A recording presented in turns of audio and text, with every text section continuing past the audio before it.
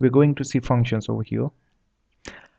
Suppose we have two variables x and y and they're related, like y equals to x squared plus 1, and you can see over here that this, for certain values of these x, you're going to get some values of y through this relation. So you say x and y are related over here. For example, if I take x equals to 2, then I'm going to get some value of y for that. I'll take 2 square plus 1 is going to be 5. So 2 and 5 are related because of this definition of the set.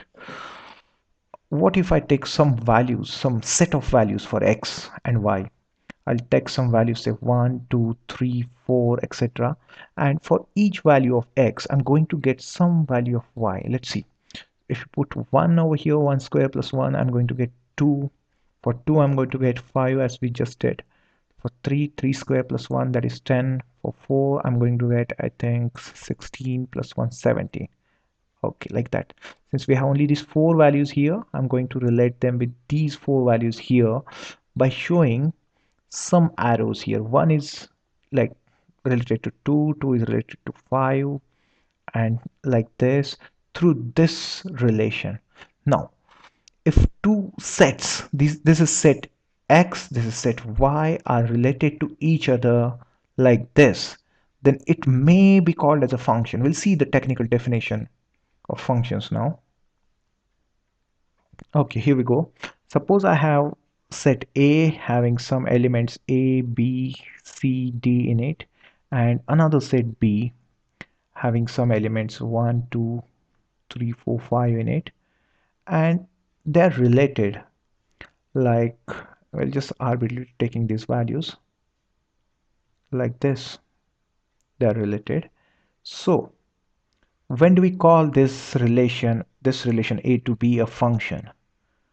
It is called a function only when every element from this A is related uniquely with some element in B. Uniquely. It should have a unique relation with it. Like A should not point to two elements in B.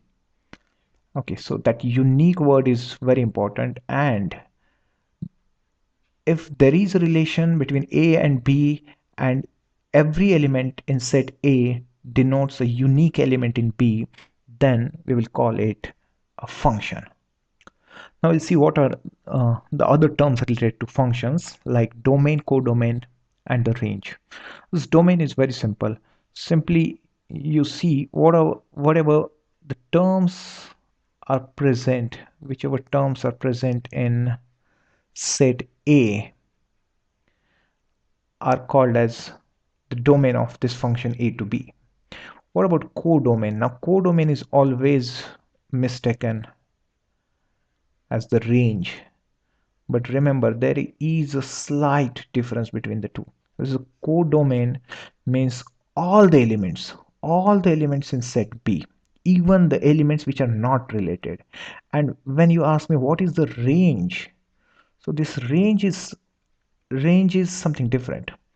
Range is only those elements which are related to some element in A, like 1 is related to someone, 2 is also related to A, 4 is related to C, 5 is related to D. But what about this 3? 3 is not related to anyone. So you are not going to take this in the range. So range is a set of the elements in B which are having some relation with A. So, oh, this 3 is not going to be there. We'll just remove that thing. Okay, so this will be 4 and 5. Yeah, this is the range. And what is the codomain? What is the codomain here? Codomain is all the elements present in B. 1, 2, 3, 4, 5. And what is the domain? Domain is A, comma B, comma C, comma D. All the elements present in A. Now consider this example. We have a relation from A to B, and A has these elements P, Q, and R. Now P is related to 1 as well as 5. So definitely this relation A to B is not a function. Remember, I told you it should be uniquely related. For P, there should be only one value in P. It could be any one of this, but only one unique value. Also here that Q is related to 2 and 3. Definitely this is not a function. It's not a function. Yeah, we'll see another example here. This is our set A. It has two elements 4 and 9. Y as these four elements, and this is the relation between x and y. So x equals y square. So when x is 4, what is the possible value? What is or what are the possible values of 4? You can say that 2 square is going to be x. So 2 square is one of the value. So 4 is related to this 2. That's fine, no problem with that. But what about this minus 2? Isn't minus 2 square is also 4? So can we show it like this? Now 4 is related to plus 2 as well as minus 2 here, and this 9 is related to 3 because 3 square is 9, and this minus 3 square is also 9. So again, since from this first set the values are not unique, values of y are not unique, x is related to two things at the same time. So again, this is not not a function. It's not a function. It may be a relation though. So we say x and y are related to each other, so it's just a relation. But a relation is called as a function only when a relation is a function only when it has unique values in y. When we map a function, means when we draw the graph of these x and y values, then it's very easy to know whether the given relation is a function or not a function. Let's consider an example. We have a relation y equals to x cubed. And say for different values of x, I plot the different values of y.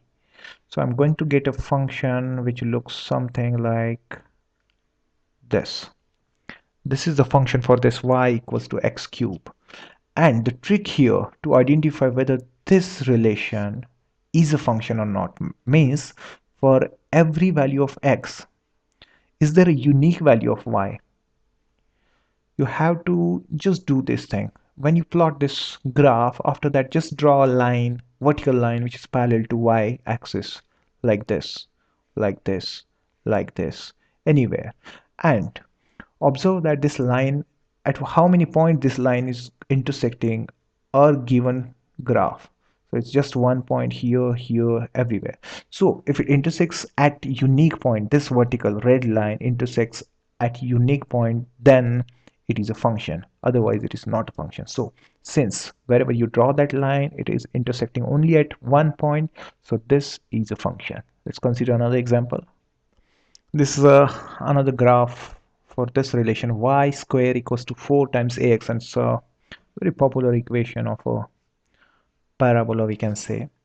And now I'm doing the same thing with it.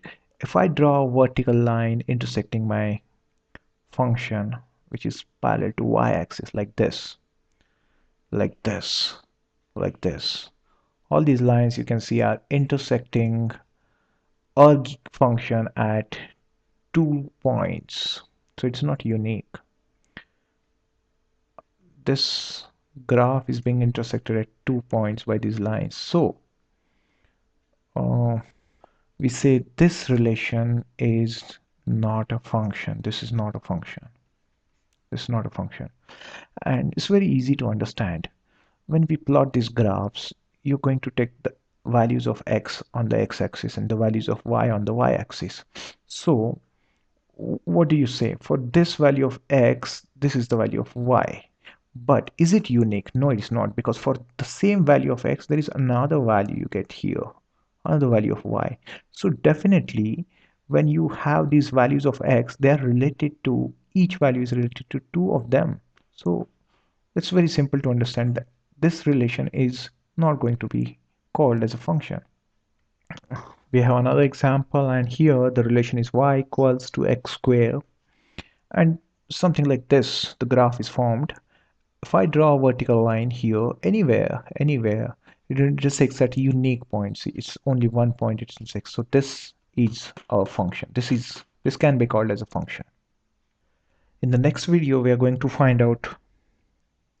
see how to find out the domain and range of these functions. Goodbye.